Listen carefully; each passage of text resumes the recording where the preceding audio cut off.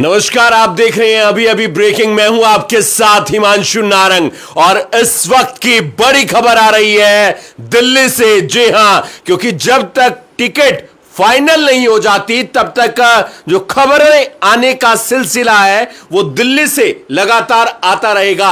आज एक बार फिर से मीटिंग हुई है आम आदमी पार्टी के नेताओं की और कांग्रेस पार्टी की। दीपक बावरिया जो वहां के प्रभारी हैं प्रदेश कांग्रेस के, वो मौजूद थे। एक तरफ राघव चड्ढा जो राज्यसभा सांसद हैं वो मौजूद थे और दोनों की आपस में अलग अलग सीट को लेकर, जगहों को लेकर चर्चा हुई है और एक दो दिन में फिर से दोबारा मीटिंग हो सकती है और निर्णय लिया जा सकता है। लेकिन इसी बीच सबसे बड़ी खबर यह है कि आम आदमी पार्टी ने करनाल सीट भी मांगी है। करनाल सीट भी आम आदमी पार्टी को चाहिए। इसके अलावा कलायत सीट चाहिए, इसके अलावा जींद चाहिए, इसके अलावा पेहवा चाहिए और इसके अलावा पानीपत ग्रामीण चाहिए। हमारे साथ देवेंद्र गांधी, क्या कुछ कहना चाहेंगे? वरिष्ठ पत्रकार हैं आप और करनाल सीट आम आदमी पार्टी।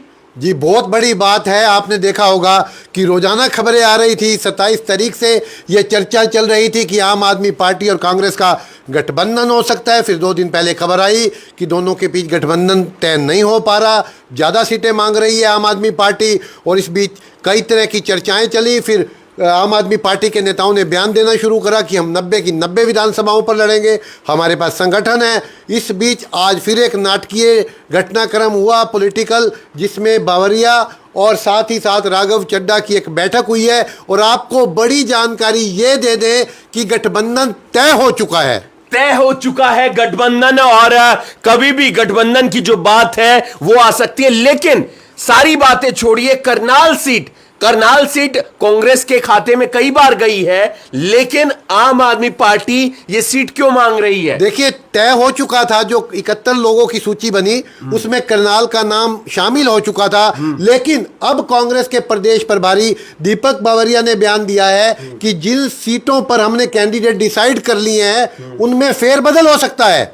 जिन सीटों पर हमने कैंडिडेट डिसाइड कर लिए हैं उनमें फेरबदल हो सकता है और उनमें करनाल की एक सीट भी शामिल है। तभी कल 32 उम्मीदवारों की लिस्ट आई है और उन्हीं उम्मीदवारों की लिस्ट आई है जहां पर सिटिंग विधायक हैं या फिर जुलाना, जहां से विनेश फोगाट या होडल, जहां से उदयबान चुनाव लड़ेंगे। तो इसलिए ही सीटें बाकी रोक दी गई हैं क्या गांधी जी? जी, इसलिए सीटें रोकी गई हैं। नहीं तो ये सीट कल जंबो लिस्ट आती, 70 नाम आते कल कांग्रेस की लिस्ट में। लेकिन चूंकि नेगोशिएशन पर्दे के पीछे चल रहा था, मीडिया में ये खबरें प्लांट कराई जा रही थी कि गठबंधन नहीं होगा या दरार पड़ गई है या आम आदमी पार्टी इतनी सीटों पर लड़ेगी। लेकिन ऐसी कोई बात नहीं थी।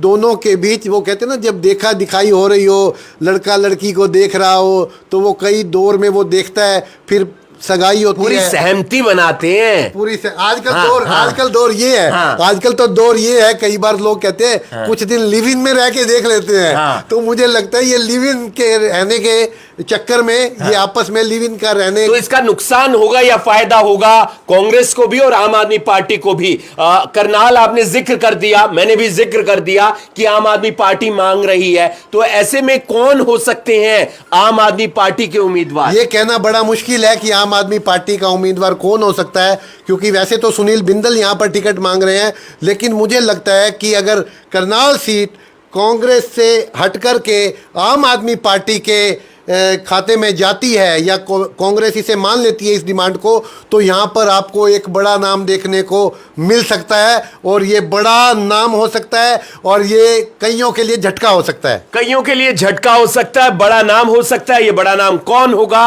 वो वक्त बताएगा, जब गठबंधन की तमाम जो शर्तें हैं वो पूरी हो जाएंगी। इसके अलावा कलायत, वहां से अनुराग ढांडा, कलायत से अनुराग ढांडा, जिनसे खुद जो सुशील गुप्ता हैं वो चाह रहे हैं, पेवा से जो हैं वो चाह रहे हैं टिकट, भगवंत मान के ससुर टिकट चाह रहे हैं। और एक सीट पानीपत ग्रामीण की, अगर पानीपत ग्रामीण कांग्रेस के खाते में आती है तो वहाँ वैश्य समाज का एक बहुत बड़ा नेता, जहाँ उनकी जो पैठ है वहाँ पर, वो कांग्रेस से आम आदमी पार्टी ज्वाइन करके आम आदमी पार्टी के टिकट पर चुनाव लड़ सकते हैं। लेकिन ये तमाम 5 सीटों का जिक्र हुआ, जिसमें करनाल है, जिसमें कलायत है, जिसमें पेहवा है, जिसमें जींद है और पानीपत ग्रामीण है, लेकिन इसका फायदा कौन उठाएगा और इसका नुकसान किसको भुगतना पड़ेगा? देखिए, अगर छोटी सीटों पर 5-1 सीटों पर गठबंधन हो रहा है तो मुझे लगता है कि कांग्रेस को बहुत ज्यादा लूज नहीं होगी, क्योंकि कांग्रेस वो सीटें नेगोशिएट कर रही है जो सीटें उसके पास है ही नहीं। जो सीटें उसके पास थी उस पर पहले ही कैंडिडेट आ चुके हैं,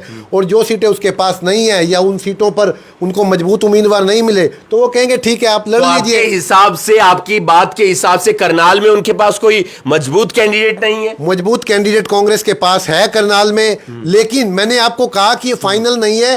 उन्होंने कहा है आम आदमी पार्टी ने कि करनाल हमें दे दीजिए। अब कांग्रेस देती है या नहीं देती, अगर दे देती है तो यहां अप्रत्याशित नाम, बड़ा चेहरा आपको देखने को मिलेगा। उधर दीपक बाबरिया का कई जगह विरोध भी देखने को मिल रहा है। लगातार कांग्रेस के अलग अलग कार्यकर्ता विरोध भी करते हुए नजर आ रहे हैं, जिसमें समालखा के तमाम कार्यकर्ता वहां पर गए हुए थे अलग अलग सीटों के, तो वो खामियाजा भुगतना पड़ेगा। देखिए, मुझे लगता है कि ये जब भी कोई पार्टी होती है, भाजपा में बहुत ज्यादा, भाजपा में तो इस्तीफों की बाढ़ लग गई है, और ऐसा कांग्रेस में भी संभव है कि अगर टिकटों में अभी जो लिस्ट आएगी ना वो ज्यादा बवंडर खड़ा करेगी, क्योंकि अभी सिटिंग एमएलए है, कोई ज्यादा विवाद था नहीं। सिटिंग एमएलए को टिकट, तभी इतनी सुगबुगाहट देखने को नहीं मिली, तभी इतनी उठापटक अभी देखने को नहीं थोड़ी मिली। बहुत उठापटक है। 2-3 जगहों पर कांग्रेस के लोग जो टिकट चाहते थे उन्होंने रिजाइन किया है, लेकिन जो सूची कल आएगी वहां पर बहुत बवाल होगा, और जहां 5 सीटें आम आदमी पार्टी के साथ नेगोशिएशन होगी वहां पर बवंडर होगा।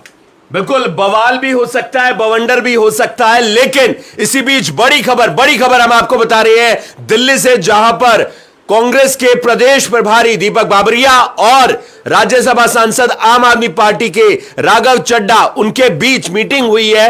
1-2 दिन में मीटिंग फिर से हो सकती है और बड़ा निर्णय लिया जा सकता है। मुझे लगता है मीटिंगें पैक हो चुकी हैं, तय हो चुका है। ये फॉर्मेलिटी हो रही थी कि कौन सी, लेकिन देरी नहीं हो रही गांधी जी, 12 तारीख कितनी नजदीक आ गई है, 4 दिन रह गए। वो इसलिए क्योंकि कांग्रेस मौका नहीं देना चाहती अपने वर्करों को, अपने समर्थकों को, कि वो आजाद उम्मीदवार के तौर पर मैदान में उतर जाएं, क्योंकि अगर ज्यादा टाइम लेगी कांग्रेस टिकटें बांटने में, 10 को 11 को टिकटें डिसाइड होंगी, तो तब तक तो लोगों में एक मन में बना रहेगा ना कि मुझे टिकट मिल सकती है, और वो बगावत नहीं करेंगे। और जब टिकटें, इलेक्शन शुरू हो जाता है, नॉमिनेशन शुरू हो जाता है, तब इन चीज़ों का कोई मतलब मायने रहता नहीं है। फिर जिसने आज़ाद भरना होगा भर लेगा।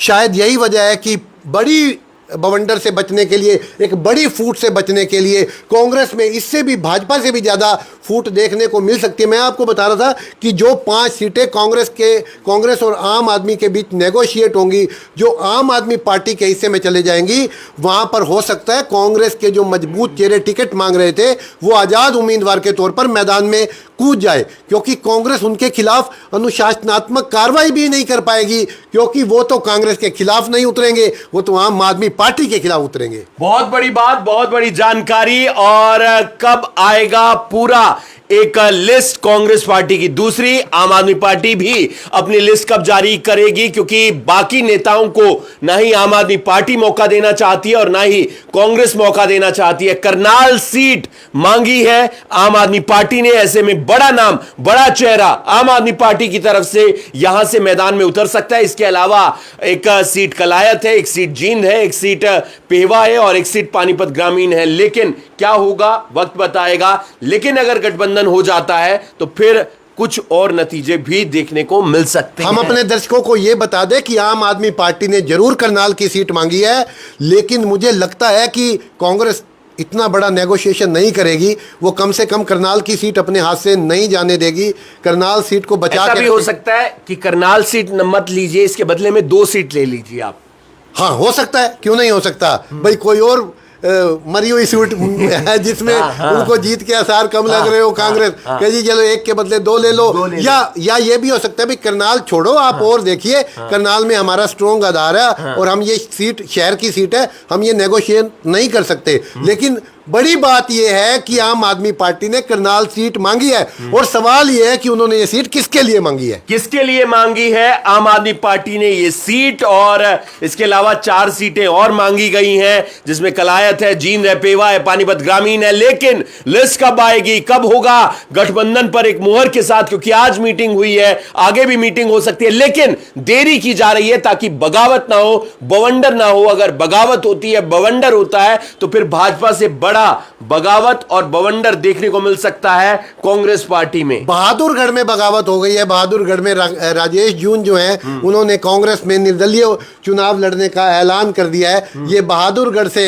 बड़ा अपडेट है, क्योंकि यहां भी धरती कंपाएगी, यहां भी भूकंप के झटके लगेंगे। सिर्फ भूकंप के झटके धीरे धीरे लग रहे हैं, एकदम बड़े वाला झटका आएगा। बीजेपी ने एकदम आ गया। जो भाजपा में जो रिएक्टर पैमाने पर कहते हैं ना, भूकंप का झटका 5 का 5.5 का, जो कांग्रेस में झटका आएगा वो 7 से ऊपर का आएगा। बिल्कुल, मजाक की बात अलग है, लेकिन जब इस तरीके की टिकट जारी होती है विधानसभा चुनावों को लेकर, तो जाहिर सी बात है बगावत भी देखने को मिलती है, अलग अलग सुर भी देखने को मिलते हैं और बवंडर भी देखने को मिलता है। अब कब कांग्रेस अपनी लिस्ट जारी करती है दूसरी, और आम आदमी पार्टी की भी लिस्ट कब आती है, देखने वाली बात होगी। लेकिन जब भी लिस्ट आएगी, आपको जाहिर सी बात है अलग अलग विधानसभा जो क्षेत्र हैं वहां पर बगावती सुर नेताओं के जरूर देखने को मिलेंगे। आप देख रहे हैं अभी अभी ब्रेकिंग, मैं हूं आपके साथ हिमांशु नारंग। चलते चलते यह भी बता दें कि पल पल की जानकारी, पल पल के अपडेट के लिए, चुनावों से संबंधित कोई भी खबर के लिए आप हमारे पेज को फॉलो कर सकते हैं, क्योंकि चुनाव मतलब है अभी अभी ब्रेकिंग। धन्यवाद।